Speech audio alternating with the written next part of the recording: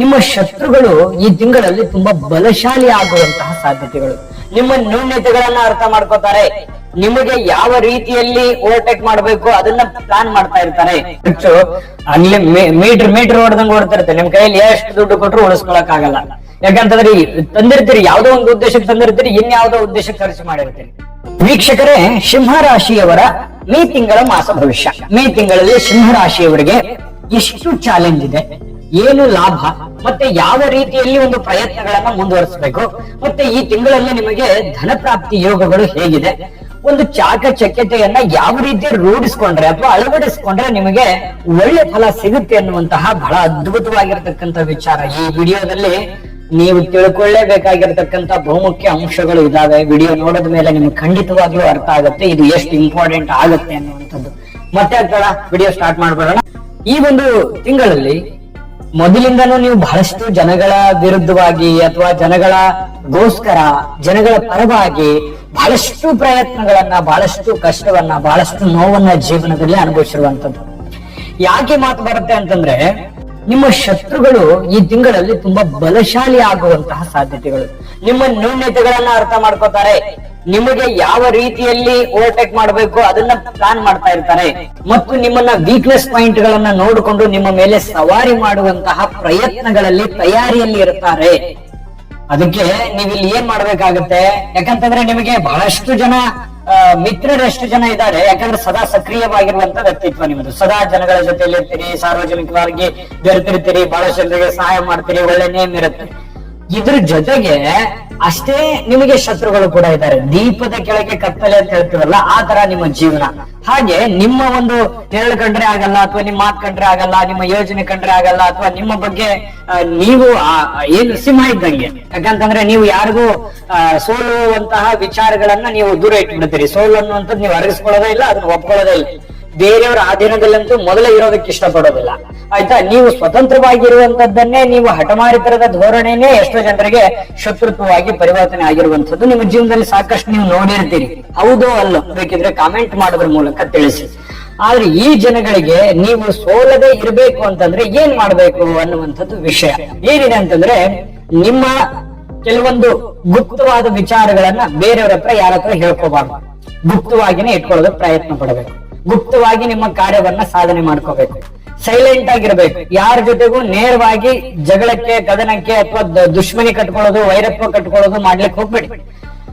Soft ಆಗಿ ಇರಿ. ನಿಮ್ಮ ಕೆಲಸದ ಕಡೆ ಜಾಸ್ತಿ ಫೋಕಸ್ ಮಾಡಿ. ನಿಮ್ಮ ಶತ್ರುಗಳು ಡೆಫಿನೆಟ್ ಆಗಿ ವೀಕ್ ಆಗ್ತಾರೆ. ಇರ್ಲಿಲ್ಲ ಅಂತಂದ್ರೆ ನೀವು ಅವರಿಗೆ ರಿಯಾಕ್ಟ್ ಮಾಡಿದ್ರಿ, ಅವ್ರ ಬಗ್ಗೆ ಮಾತಾಡಿದ್ರಿ, ಅವ್ರ ಜೊತೆ ವಾದ ಮಾಡಿದ್ರಿ, ನಿಮ್ಮ ಎಲ್ಲವೂ ಎಲ್ಲರನ್ನು ನಂಬ್ಕೊಂಡ್ಬಿಟ್ಟು ನಿಮ್ಮ ಮನಸ್ಸಿನಲ್ಲಿ ಇರ್ತಕ್ಕಂಥ ಎಲ್ಲಾ ಗುಟ್ಟುಗಳನ್ನ, ಪ್ಲಾನ್ಗಳನ್ನ, ಯೋಜನೆಗಳನ್ನ ನೀವು ಸಡನ್ ಆಗಿ ಎಲ್ಲರ ಮುಂದೆ ಹೇಳ್ಬಿಟ್ರಿ ಅಂತಂದ್ರೆ ಅದು ನಿಮಗೆ ತಿರುಗುಬಾಣ ಆಗತ್ತೆ, ನಿಮಗೆ ಉಲ್ಟಾ ಹೊಡಿತದೆ. ಈ ರೀತಿ ಜೀವನದಲ್ಲಿ ಸಾಕಷ್ಟು ಸಲ ಆಗಿದೆಯೋ ಇಲ್ವೋ, ಪಾಠ ಕಲ್ತಿದಿರೋ ಇಲ್ವೋ, ಈ ವಿಡಿಯೋದಲ್ಲಿ ನೀವು ತಿಳ್ಕೊಬೇಕಾಗಿರುವಂತ ಬಹುಮುಖ್ಯವಾದ ಎಚ್ಚರಿಕೆ ಇದು. ಈ ಎಚ್ಚರಿಕೆಯನ್ನ ನೀವು ಅನುಸರಿಸಲೇಬೇಕಾಗತ್ತೆ. ಅದಕ್ಕೆ ಈ ವಿಡಿಯೋ ಎಷ್ಟು ಇಂಪಾರ್ಟೆಂಟ್ ಆಗುತ್ತೆ ಅನ್ನುವಂಥದ್ದು ನೀವು ಇನ್ನೂ ನೋಡಿ. ಬೇಕಿದ್ರೆ ಅಷ್ಟೆಲ್ಲ ಪಾಯಿಂಟ್ಗಳು ಈ ವಿಡಿಯೋದಲ್ಲಿ ನಿಮ್ಗೆ ಸಿಗ್ತಾ ಇರತಕ್ಕಂಥದ್ದು.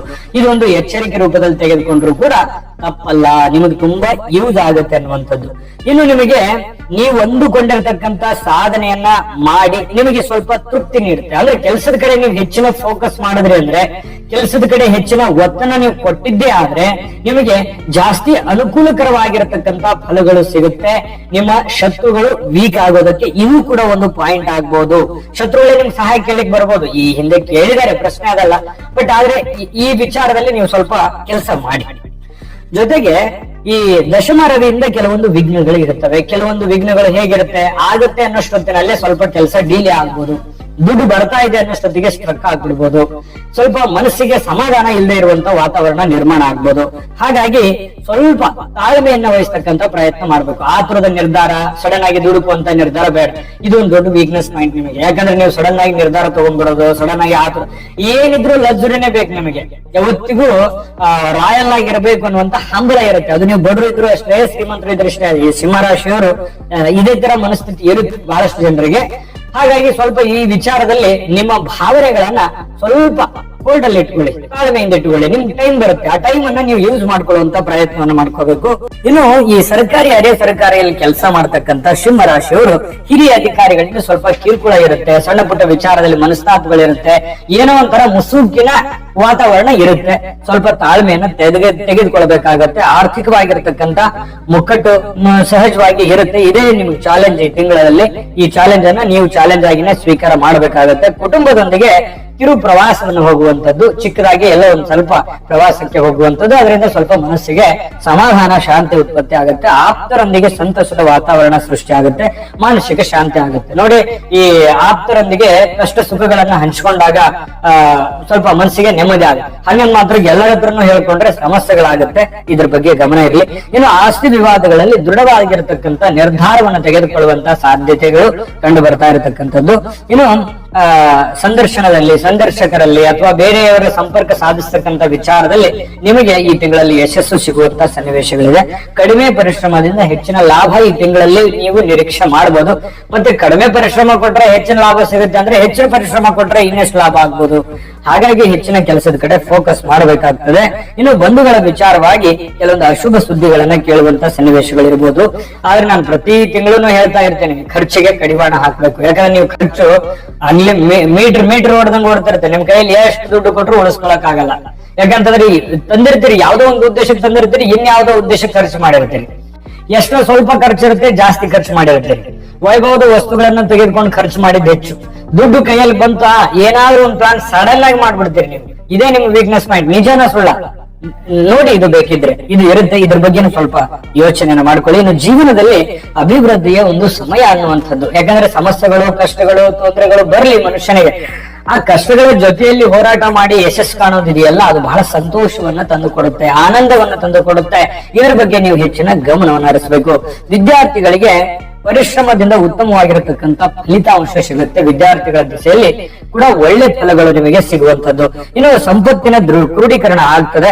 ಆರ್ಥಿಕವಾಗಿರತಕ್ಕಂತ ಸ್ಥಿತಿ ಉತ್ತಮವಾಗಿ ನಡೆಯುವಂತಹ ಸನ್ನಿವೇಶಗಳಿದೆ. ಹಿರಿಯ ಅಧಿಕಾರಿಗಳ ಮೇಲೆ ನಿಮ್ಮ ಪ್ರಭಾವ ಹೆಚ್ಚಾಗುತ್ತೆ. ಯಾಕಂದ್ರೆ ಕೆಲಸದಲ್ಲಿ ನೀವು ಫಾಸ್ಟ್ ಆದ್ರಿ, ಜಾಸ್ತಿ ಇನ್ವಾಲ್ವ್ಮೆಂಟ್ ಆದ್ರಿ ಅಂತಂದ್ರೆ ಹಿರಿಯ ಅಧಿಕಾರಿಗಳು ನಿಮ್ಮನ್ನ ರೆಸ್ಪಾನ್ಸ್ ಮಾಡ್ತಾರೆ, ಬೆಲೆ ಕೊಡ್ತಾರೆ, ಜೊತೆಗೆ ಹೆದರ್ಕೋತಾರೆ. ಇನ್ನು ತಿಂಗಳ ಅಂತ್ಯದಲ್ಲಿ ಒಂದು ಶುಭ ಸುದ್ದಿಯನ್ನ ಕೇಳುವಂತಹ ಸಾಧ್ಯತೆಗಳು ಇದೆ. ಅದು ಕೂಡ ನಿಮ್ಮ ಮನಸ್ಸಿಗೆ ಸಮಾಧಾನ ತಂದು ಕೊಡುತ್ತೆ. ಹಣಕಾಸಿನ ವಿವಾದದಲ್ಲಿ ಭಾಗಿಯಾಗ್ಲಿಕ್ಕೆ ಹೋಗ್ಬೇಡಿ. ಬೇರೆಯವರು ಕಾಂಟ್ರವರ್ಸಿಯಲ್ಲಿ ಸಿಲ್ಕಕ್ ಹೋಗ್ಬೇಡಿ. ನೀವಾಯ್ತು, ನಿಮ್ ಕೆಲಸ ಆಯ್ತು, ಅದ್ರ ಕಡೆ ಜಾಸ್ತಿಯಾಗಿ ಒತ್ತು ಕೊಡಿ. ಸುಮ್ನೆ ನಿಮ್ಮನ್ನ ಸಿಕ್ಕಾಕ್ಸೋದಕ್ಕೆ ಬರ್ತಾರೆ. ಯಾಕಂದ್ರೆ ನೀವು ಕಾಂಟ್ರವರ್ಸಿ ಮನುಷ್ಯರು, ಅದು ಸ್ತ್ರೀಯರೇ ಇರ್ಬೋದು, ಪುರುಷರೇ ಇರ್ಬೋದು. ನಿಮ್ ಪಾಡಿಗೆ ನೀವು ಇದ್ರೂ ನಿಮಗೆ ಏನೋ ಒಂದು ಕಿರಿಕಿರಿ ಬರ್ತಾನೆ ಇರ್ತವೆ. ನೀವು ಇದ್ರ ಬಗ್ಗೆ ಸ್ವಲ್ಪ ಜಾಗರೂಕರಾಗಿರತಕ್ಕಂತ ಪ್ರಯತ್ನವನ್ನು ಮಾಡಿ. ಜೊತೆಗೆ ಬಹಿರಂಗ ಅಥವಾ ವ್ಯವಹಾರಗಳ ಬಗ್ಗೆ, ಸ್ವಲ್ಪ ಪ್ರಮಾಣ ಪತ್ರಗಳ ಬಗ್ಗೆ, ಬಾಂಡು, ಸ್ವಲ್ಪ ಈ ಸಹಿ ಮಾಡುವಂತದ್ದು, ಲೆಕ್ಕ ಪತ್ರಗಳು, ಇದ್ರ ಬಗ್ಗೆ ಬಹಳಷ್ಟು ಜವಾಬ್ದಾರಿಯನ್ನ, ಕಾಳಜಿಯನ್ನ ನೀವು ತೆಗೆದುಕೊಳ್ಬೇಕಾಗತ್ತೆ. ಆಪ್ತರೊಂದಿಗೆ ಚರ್ಚೆಯನ್ನ, ನಿಮಗೆ ಅತಿ ಆಪ್ತರು ಅಂತ ನಿಮ್ಗೆ ಕನ್ಫರ್ಮೇಶನ್ ಆದ್ರೆ ಅವ್ರ ಜೊತೆಯಲ್ಲಿ ನಿಮ್ಮ ಸಮಾಲೋಚನೆಯನ್ನ ನಡೆಸಿ ಅದು ಒಳ್ಳೆ ಫಲ ಕೊಡುತ್ತೆ. ಅಂದ್ರೆ ನಿಮ್ಮ ತಂದೆ ತಾಯಿ, ಗುರುಗಳು, ನಿಮ್ಮ ಮಾರ್ಗದರ್ಶಕರು ಒಳ್ಳೆ ಫಲಗಳನ್ನ ತಂದು ಕೊಡ್ತಾರೆ. ಜೊತೆಗೆ ನಷ್ಟಗಳಿಂದ ಪಾರಾಗಲಿಕ್ಕೆ ಒಂದು ಯೋಜನೆ ಕೂಡ ರೂಪಿಸಿಕೊಳ್ತಕ್ಕಂತ ಸನ್ನಿವೇಶಗಳು ಈ ತಿಂಗಳಲ್ಲಿ ಕಂಡು ಬರುತ್ತೆ.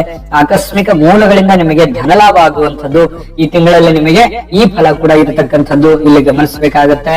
ಜೊತೆಗೆ ಈ ಹಣಕಾಸು ಸ್ಥಿತಿ ಉತ್ತಮ ಆಗುತ್ತೆ. ಈ ತಿಂಗಳಲ್ಲಿ ಬಹಳ ಅದ್ಭುತವಾದಂತ ಫಲ ಸಿಗೋದಿದೆ, ಆದ್ರೆ ಅಷ್ಟೇ ಚಾಲೆಂಜ್ ಇದೆ. ಆದ್ರೆ ವಿಡಿಯೋದುದ್ದಕ್ಕೂ ಎಚ್ಚರಿಕೆಗಳನ್ನ ಏನು ಹೇಳಿದೀವಿ ಅದನ್ನ ನೀವು ಅಪ್ಲೈ ಮಾಡಿದ್ದೆ ಆದ್ರೆ ಯಾವ್ದಕ್ಕೂ ಜಗ್ಗಲ್ಲ, ಬಗ್ಗಲ್ಲ. ನೀವಾಯ್ತು, ನೀವು ಸಕ್ಸಸ್ ಆಗುವಂತದ್ರಲ್ಲಿ ಯಾರು ತಡೆಯೋದಕ್ಕೆ ಆಗಲ್ಲ ಅನ್ನುವಂಥದ್ದು ಈ ಇಡೀ ಪೂರ್ತಿ ವಿಡಿಯೋದ ಉದ್ದೇಶ. ಅದಕ್ಕಾಗಿನೇ ನಿಮ್ಗೆ ಯೂಸ್ ಆಗುತ್ತೆ ಅಂತ ಹೇಳಿದೀನಿ. ನಿಮಗೆ ಪರಿಹಾರ ಅಂತೂ ಬೇಕೇ ಬೇಕು ಇದನ್ನೆಲ್ಲ ಗೆಲ್ಲೋದಕ್ಕೆ. ಆ ಪರಿಹಾರ ತಿಳಿಸ್ಕೊಡ್ತೀನಿ.